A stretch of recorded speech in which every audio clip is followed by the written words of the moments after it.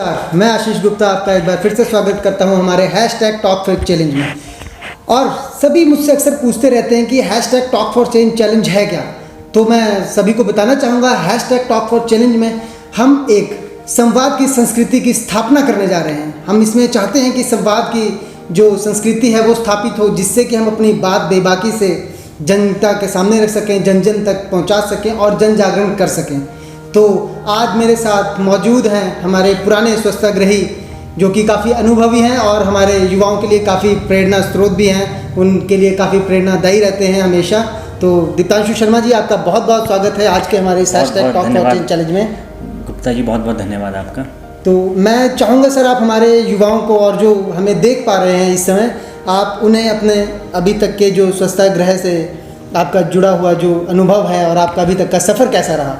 जी देखिए, आप अभी तक का जो सफ़र की बात आप कर रहे हैं, तो मेरा करीब 1.5 दशक का सफ़र स्वच्छतागृह के साथ रहा है और मैं बहुत ही गौरवान्वित महसूस करता हूं कि मैं स्वच्छतागृह की इस महान मुहिम के साथ जुड़ा हूं। हम अभी देखने में भी हमने 1 दशक में ही हमने देखा है कि स्वच्छता के क्षेत्र में कितनी जागरूकता आई है, राष्ट्रीय स्तर पर भी और हमारे सूबे के स्तर पर भी और हमारे शहर के स्तर पर भी। तो मैं समझता हूं कि यदि हमारे शहर के स्तर पर एक बहुत बड़ा बदलाव लोगों की आदतों में देखने में आया है, तो इसका श्रेय सिर्फ और सिर्फ स्वच्छतागृह को जाता है।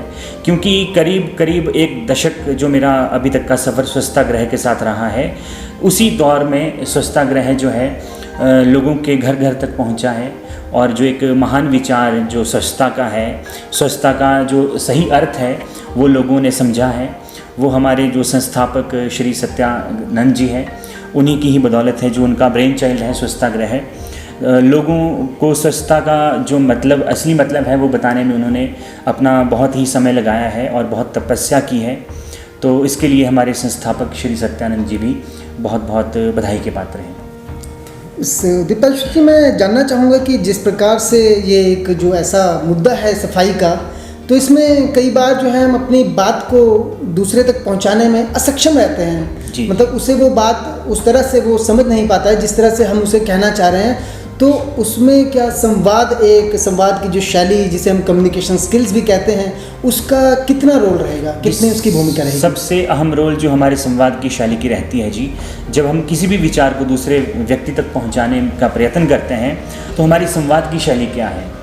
वो हमारी आवाज़ जो है हमारे केवल हृदय से आ रही है कि हमारी आत्मा से आ रही है कि हमारी बुद्धि से, कि हमारे स्वार्थ से आ रही है। अगर वो परमार्थ रूपी आत्मा से अगर हमारी ध्वनि आ रही है, तो वो जन जन तक अवश्य पहुंचती है। अगर वो स्वार्थ से प्रेरित होकर हमारी आवाज़ निकल रही है, तो वो बहुत दूरगामी नहीं होती, वो जन जन तक नहीं पहुंच पाती और उसका कोई निर्णायक परिणति तक नहीं पहुंच पाती है।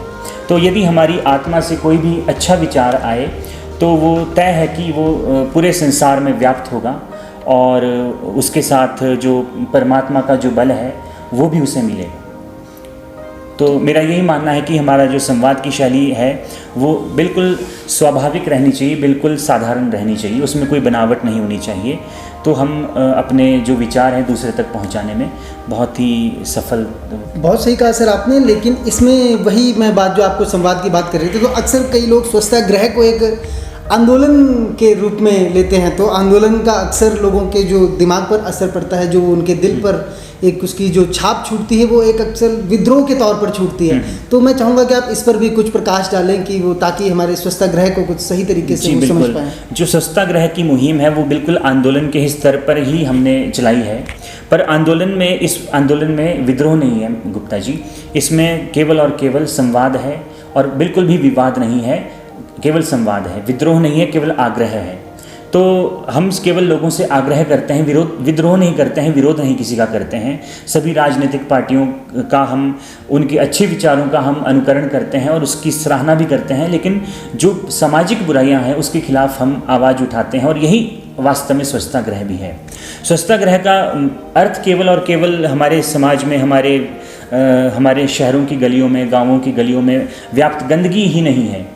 स्वच्छतागृह का जो सही मायने में अर्थ है वो ये है कि हमारी जो बुद्धि में, हमारी जो व्यवहार में मलिनता आ रखी है, हम उस मलिनता को समाप्त करें, उसको ख़त्म करें और अपने विचारों को शुद्ध करें। तो यही स्वच्छतागृह है। भ्रष्टाचार रूपी जो दानव हमारे देश को और हमारे समाज को जकड़े हुए है, इस दानव से मुक्त कराने के लिए भी केवल और केवल स्वच्छतागृह का ही एक हथियार हमारे पास है। तो हम उस हथियार का सही उपयोग करें और ये जो भ्रष्टाचार से हमारे समाज की अवनति हो रही है, उससे हम अपने समाज को छुड़ाएं। बहुत बहुत धन्यवाद दीपांशु जी आपका, आपने हमें अपना कीमती समय दिया। 2047 में भ्रष्ट नहीं स्वच्छ भारत में हम आज़ादी का शताब्दी महोत्सव मनाएंगे। 2047 में हम भ्रष्ट नहीं स्वच्छ भारत में आज़ादी का शताब्दी महोत्सव मनाएंगे। विद्रोह से नहीं, विवाद से नहीं, आग्रह और संवाद से हम कचरा मुक्त, भ्रष्टाचार मुक्त स्वच्छ भारत बनाएंगे। धन्यवाद। जय हिंद, जय भारत, जय विश्व। 2000